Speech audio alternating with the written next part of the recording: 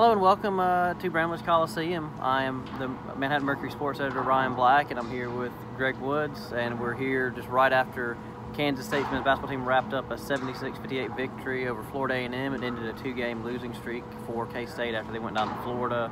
Fort Myers tip-off and dropped both those games, so now they're 5-2. And Greg, kind of just what are your thoughts on today's game? I mean, this certainly was kind of an expected deal in terms of, hey, they came in Florida A&M 0-5, so K-State was certainly expected to kind of win by this kind of margin. Right, and they ranked in a lot of the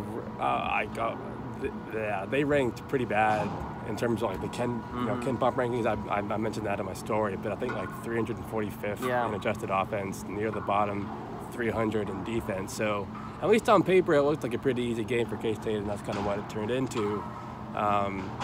I think K-State just had a talent advantage across the board tonight, and you kind of saw that on offense. They scored 76, which won't, jump out at you, but it is the most they've scored in a game this season. 54% from the field. I think 9 of 26 from 3. Their starters were a lot better at shooting. That number kind of steeped at the end of the game. But point is, they look great on offense, which is not something they could have said much this season. And I think that's important going into a game like Marquette on Saturday. And we've written and talked about so much already this year, Greg, just that the first half has kind of been a real just bugaboo for this team in terms of just getting off to super slow starts. And then tonight, they scored 39 points, which is a season high. Right. And I believe it's their second highest point total in any half outside of when they came out in the second half and scored 53 against Monmouth.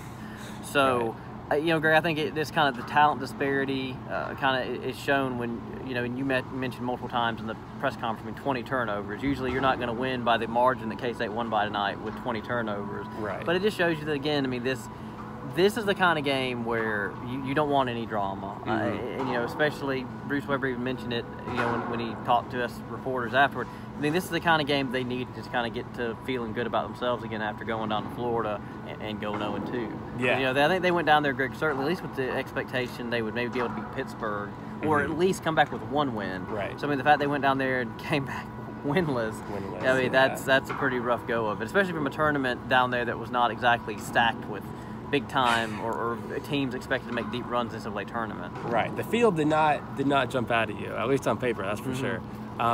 But it is what it is. They did go winless. So I think what you mentioned, this was kind of the game that they needed just to kind of catch their breath, have their first real dominating performance from the cover all season, because like you mentioned, the first ever home games, they got off to just dreadful start.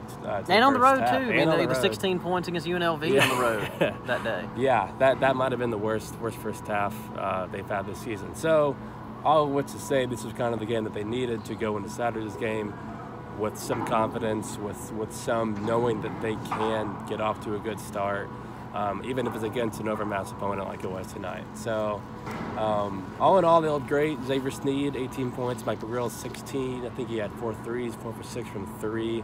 So, they looked great. Of course, this comes with an asterisk against a team that was overmatched, I think, from a talent perspective.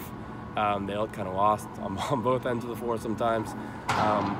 But again, end of the day, it is what it is. They needed this win, and we'll see what happens on Saturday. And Greg, I think you're looking ahead to Marquette.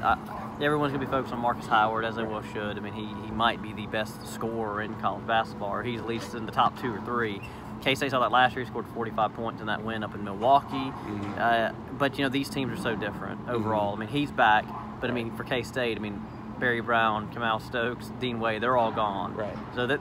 And then on Marquette's side, the Hauser twins, who are so good and who are expected to be huge parts of this year's team for Marquette, they're not there either. So really, it's all good. So really, that was an unexpected drop-in by a K-State student assistant there, handing us quotes. We appreciate his hard work. First episode, man. And you always got to work, iron some of the kinks out. And anyway, Greg, I'm just saying that there is a possibility that maybe Howard, quote unquote, gets his, but if K-State can limit his teammates, that they might be able to come out with a win here Saturday night. Yeah, and this is something that I made sure to look up, and something that Bruce Weber mentioned post-game is that they have other scores too. Like, it might not, standard logic says that, let Marcus Howard get his and try and limit his teammates, but you got guys like Brendan Bailey, I think he had 21 against Maryland. Sakara Neem had 27, or one of the guys had 27 and one had 21. I'm blanking on which one was which, but the point is his teammates can do some damage too. So yeah, I am most definitely looking forward to that game. It'll be fun.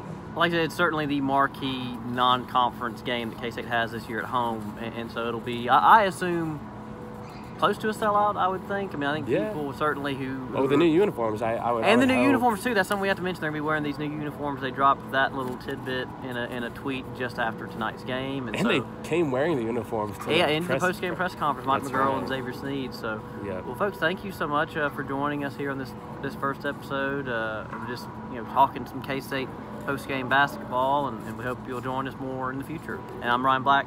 This is Greg Woods. Thank you for joining us.